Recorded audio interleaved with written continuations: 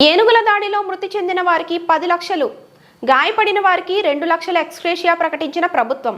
అడవిలోని ఎవరికీ అనుమతించకుండా కట్టుదిట్టమైన భద్రతా ఏర్పాట్లు చేసిన పోలీస్, ఫారెస్ట్, రెవెన్యూ అధికారులు.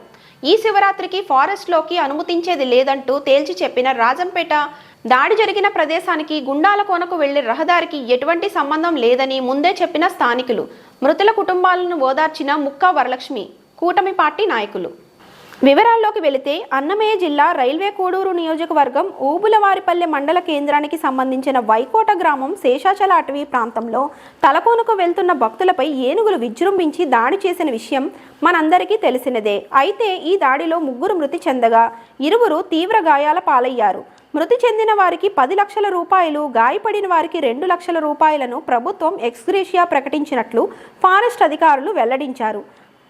మృతి చెందగా గాయపడిన వారి కుటుంబాలకు అండగా ఉంటామని రైల్వే కోడూరు నియోజకవర్గ Telugu Desam party incharge Mukka Rupananda Reddy foundation అధినేత సతీమణి వరలక్ష్మితో పాటు కూటమి నాయకులు భరోసా ఇచ్చినట్లు తెలుస్తోంది. మృతి చెందిన వారిని పోస్టుమార్టం అనంతరం వారి కుటుంబాలకు అప్పచెప్పడం జరిగింది. ఏనుగుల దాడిలో గాయపడిన వారిని మెరుగైన చికిత్స కోసం రేణిగుంట సమీపంలోని అమర హాస్పిటల్కు తరలించినట్లు స్థానికుల ద్వారా సమాచారం. అయితే తిరిగి ఏనుగులు ఎప్పుడైనా దాడికి పాల్పడవచ్చని, వైకోట నుంచి వెళ్లే స్వామి కోనతో పాటు ఫారెస్ట్లోని పలు క్షేత్రాలకు అనుమతిని నిరాకరించినట్లు రాజంపేట డివిజనల్ ఫారెస్ట్ అధికారి వెల్లడించారు. వేసవి కాలంలో అడవికి నిప్పు పెట్టడం జరుగుతూ ఉండడం వల్ల వేడిమి తాపం ఎక్కువగా ఉంటుందని, ఏనుగులే కాదు క్రూర మృగాలు సైతం నీళ్లు దొరకకుండా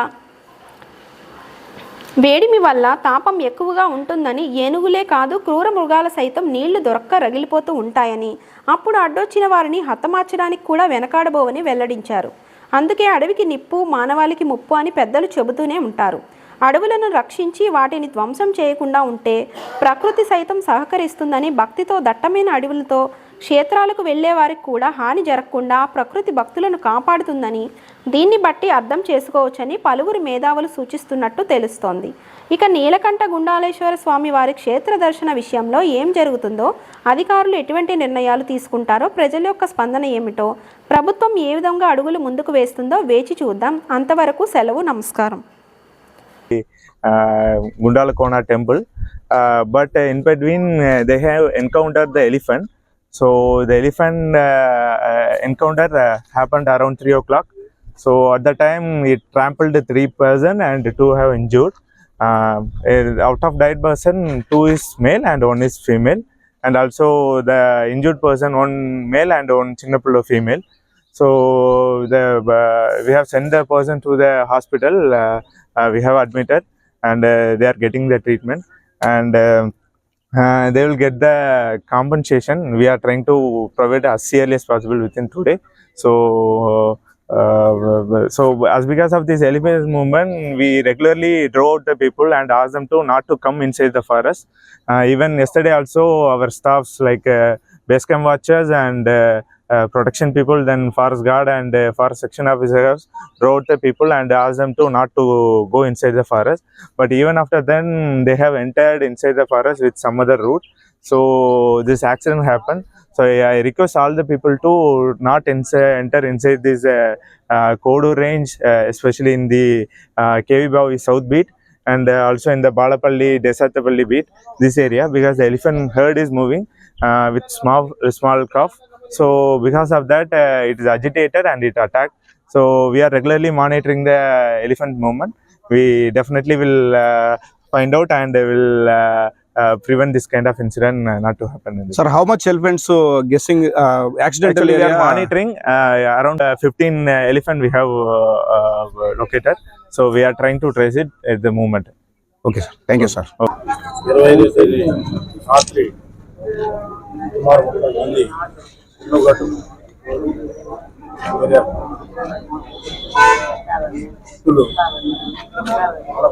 మస్తాన్ దగ్గర పెట్టు.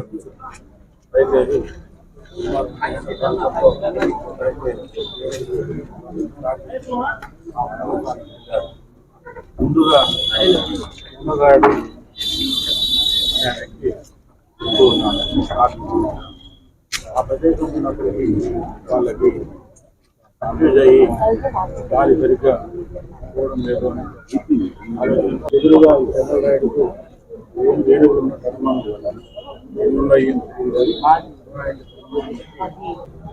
దాడి చేయడంలో అందరూ కూడా మారిపోయారు. సిద్ధయ్య అనే అతను ఈ చెంగల్రాయుడు వెనకే ఉన్నాడు. ఆయన మాత్రం దాంట్లోనే చూశాడు. అప్పుడు ఇవన్నీ దాడి చేసి భార్య కూడా మనమ్మ అనే అమ్మ సిద్ధయ్య భార్య ఆమె మీద కూడా దాడి చేస్తే గట్టిగా ఉన్నాడు.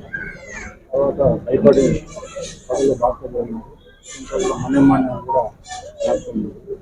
తర్వాత ఉదయం వరకు ఉదయం ముందు జనాలు బయటకు రావడం చూస్తే అలాగే చంద్రబాబు దినేష్ అప్పుడు చనిపోయారు. అమ్ములు కలిగిరి రాజశేఖర్ ఇద్దరికి గాయాలు జరిగింది. వాళ్ళని కూడా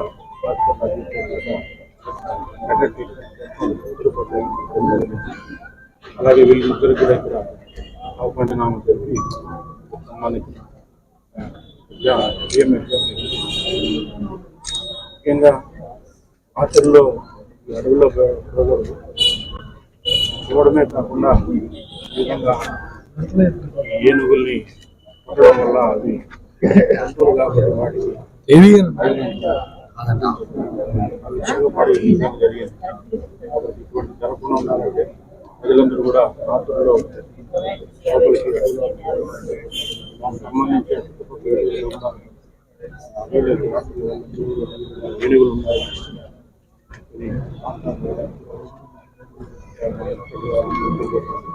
అలాగే మనం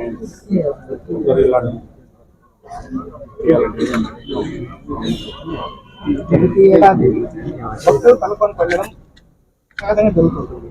కానీ ఫారెస్ట్ అధికారులు ఈ ఏడాది సరైన ఇన్స్ట్రక్షన్స్ ఇవ్వకపోవడం, ప్రొటెక్షన్ మార్కెట్స్ ను దారిలో పెట్టకపోవడం లేకనే ఈ ప్రమాదం జరిగింది.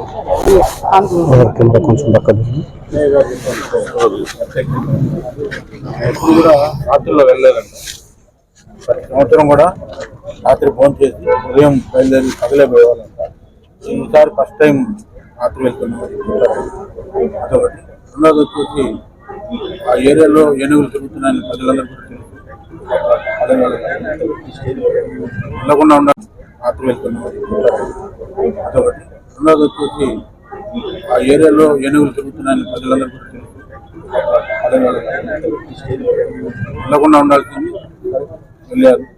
ఈ దుర్ఘటన జరగకుండా ఉండాలంటే ప్రజలందరూ కూడా జాగ్రత్తగా మనము అడవిలో పోవడం అంటే జంతువుల ఏరియాలో వెళ్తున్నాం కాబట్టి మనం వాటిని కాపాడాలి. కాబట్టి మనం వీలైనంత ముగ్గురు చనిపోయారు. చెంగల్రాయుడు, మనమ్మ, దినేష్ ముగ్గురు చనిపోయారు. అలాగే అమ్ములు దాడిలో ఎన్ని ఏనుగులు ఉన్నట్లు సమాచారం అందింది సార్? ప్రత్యక్ష సాక్షి ప్రకారంగా అతను 30 అంటున్నాడు.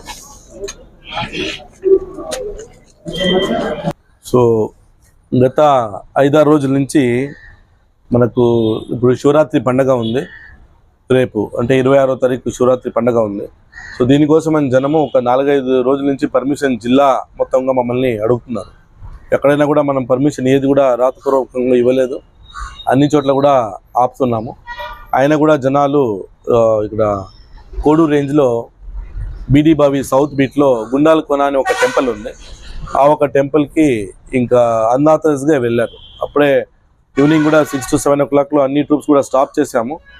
అయినా కూడా వీళ్ళు ఎందుకంటే అడవి అంటే ఇంకా ఎక్కువ పెద్ద ప్రాదేశిక విస్తీర్ణం ఉంటుంది కాబట్టి అన్ని చోట్ల నుంచి వాళ్ళు ఎంటర్ అవుతున్నారు.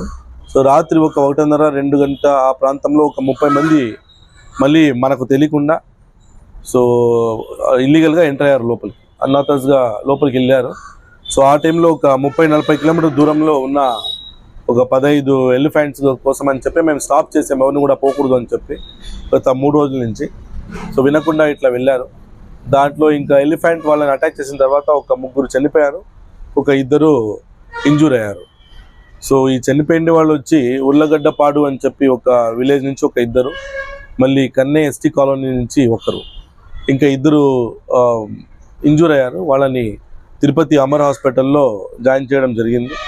మిగతా వాళ్ళది ఇక్కడే లోకల్ కోడూరు హాస్పిటల్లోనే చూపించారు. సో 3 చనిపోయారు.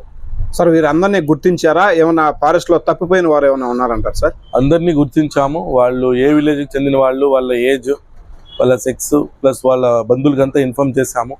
ఇలాగా వాళ్ళే చెప్తున్నారు ఇల్లీగల్గా మనం వద్దంటే కూడా అందరూ వెళ్తున్నారు అన్ని ఏరియాస్ నుంచి, ప్రాంతం నుంచి అని చెప్పి. సార్ ఇంకా అడవులోకి కోనకు ఏదైనా పర్మిషన్ ఇచ్చే అవకాశాలు ఉన్నాయా లేదంటారా? చూడండి, ఇక్కడ ఈ ప్రాంతం నుంచి ఒక 20 కిలోమీటర్ దూరంలో wild life sanctuary national park కూడా ఉంది మనకు.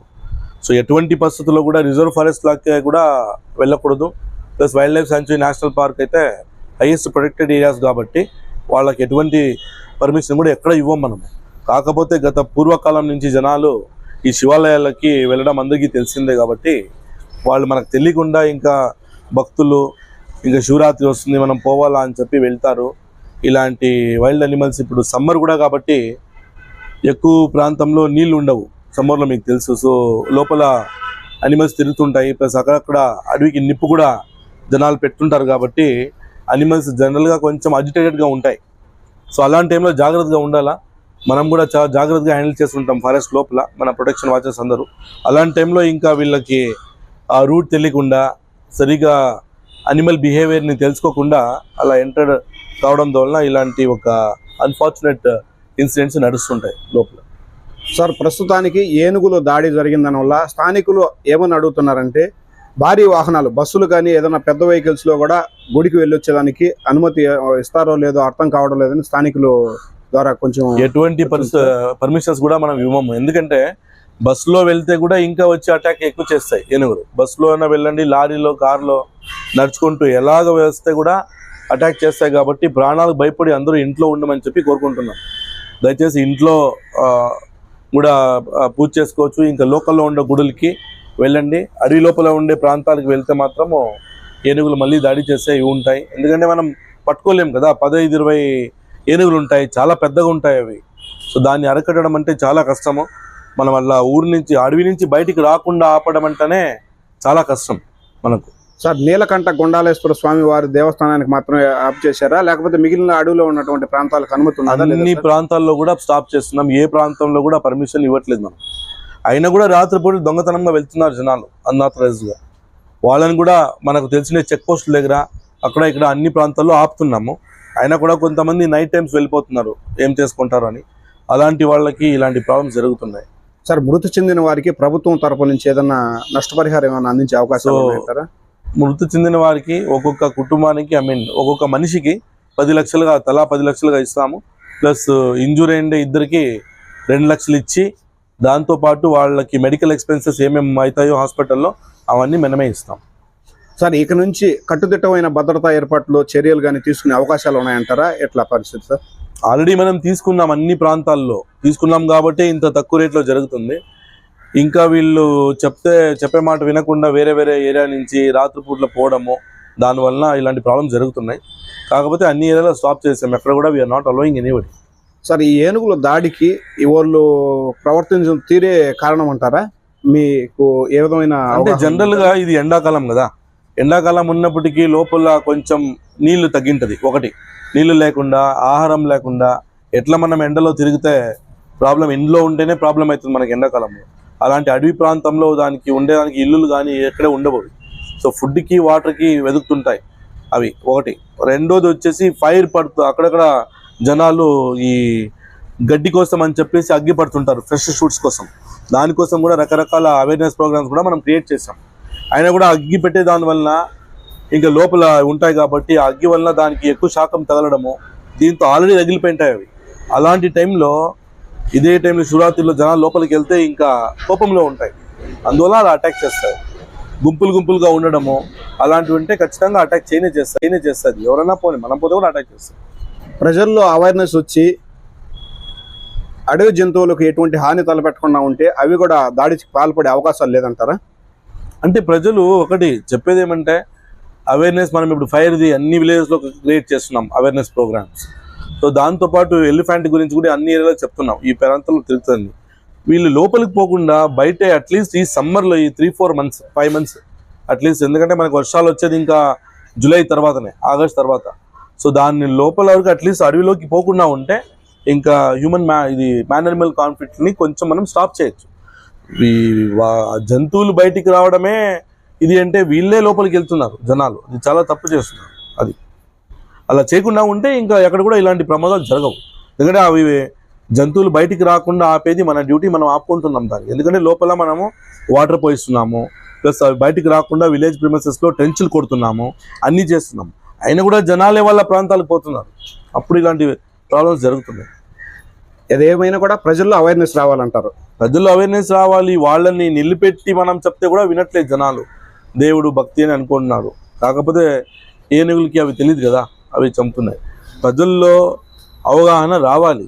జంతువులు ఎండాకాలము నీళ్ళు ఉండదు, ప్లస్ దానికి విపరీతం టెంపరేచర్ ఉంటుంది, లోపల ఎండగా ఉంటుంది, నీళ్ళు ఉండదు, ప్లస్ ఫైర్ పడుతూ ఉంటుంది అక్కడక్కడ దాంట్లో ఆల్రెడీ రగిలిపోయి ఉంటాయి వైల్డ్ అనిమల్స్. సో అలాంటి టైంలో వీళ్ళు దూరం ఉంటే మంచిది, లోపల పోకూడదు. లాస్ట్గా మీరు ప్రజలకు ఏ సమాచారం ఇవ్వదలుచుకున్నారు? ప్రజల్లో నేను కోరుకునేది ఏమంటే, అడవి జంతువులు అడవిలో ఉండనివ్వండి. జనాలు దయచేసి ఈ 4-5 నెలలు లోపలికి వెళ్ళదండి. ఫెస్టివల్స్ ఉంటే లోకల్లో కూడా మనకి టెంపుల్స్ ఉన్నాయి, శివాలయాలు ఉన్నాయి, మన కోడూరులో ఉన్నాయి, అన్ని ప్రాంతాల్లో ఉన్నాయి. అక్కడ ఆ గుడికి వెళ్ళండి, ఇంట్లో చేసుకోవాలి. కానీ అడవి లోపలికి ఉండే గుండాల కొన్న వెళ్ళాలి అట్లాంటివి పెట్టుకోకుండా మన ఊరిలో ఉండే గుడిల్లోనే చేసుకోవాలని కోరుకుంటున్నాను. మహాశివరాత్రి అనేది ముఖ్య పర్వదినం కాబట్టి భక్తులు ఎవరైనా సరే పుణ్యస్నానాలు చేయాలని అడవుల ప్రాంతాలకు సంచరించడం సదా మామూలే సార్. అందువల్ల వారికి మీరు ఏదైనా కట్టుదిట్టమైన జాగ్రత్తలు తీసుకుని వాళ్ళను ఏదైనా భక్తి కోసమైనా సరే పర్మిషన్ ఇచ్చే అవకాశాలు ఉన్నాయా లేదా? ఇప్పుడుండే పరిస్థితుల్లో ఆల్రెడీ ఎలిఫెంట్స్ లోపల రగిలిపోయినాయి కాబట్టి మనం ఎలాంటి పర్మిషన్ ఇస్తే కూడా, ఇప్పుడు పండగ అనేది ఇక్కడ కూడా జరుపుకోవచ్చు, అక్కడే వెళ్ళి జరుపుకోవాలనేది కాదు. ఇంకా చావుని మనమే వెతుక్కొని వెళ్ళేలాగా అవుతుంది. ఎందుకంటే అది చిన్న పులి కాదు, లేక ఎలుగుబంటి కాదు అరికట్టేదాన్ని. 15-20 ఉంటాయి గ్రూప్లో, చాలా పెద్దగా ఉంటాయి. మనం 1000 మంది ఉంటే కూడా దాన్ని అరగట్టలేం. సో అందువల్ల అక్కడ పోకుండా ఇక్కడే చేసుకుంటే మంచిది. లోపలికి వెళ్తే ఖచ్చితంగా ఇంకా నీళ్ళకి, దాహంకి, ప్లస్ ఈ రగిలిపోయే మంటలకి కోపంతో ఉంటాయి కాబట్టి ఖచ్చితంగా అటాక్ చేసే ఛాన్సెస్ చాలా ఎక్కువ ఉంటాయి. సార్, ఫారెస్ట్లో చిరుతలు సంచరించే ప్రదేశాలు ఏమన్నా గుర్తించారా? ఏమన్నా వాటి అవకాశాలు ఉన్నాయా లేదంటారు సార్? ఇప్పుడు ఈ ఎలిఫెంట్ ఎక్కడ ఉందో అదే ప్రదేశాల్లో చిరుతపులు కూడా ఉన్నాయి, అవి కూడా అటాక్ చేయొచ్చు లోపలికి వెళ్తే. బయటికి రాకుండా చూసుకునేది మన బాధ్యత, మేము చేస్తున్నాం. దానికి ఏం కావాలో అవంతా లోపల నీళ్ళు పోయడం కానీ, వేరే వాళ్ళకి ట్రెంచ్లు తొక్కడం కానీ అక్కడే అరికట్టేదానికి మేము చాలా ట్రై చేస్తున్నాం. కాకపోతే ఇంకా జనాలు వినకుండా పోతున్నారు కాబట్టి ఇలా జరుగుతుంది.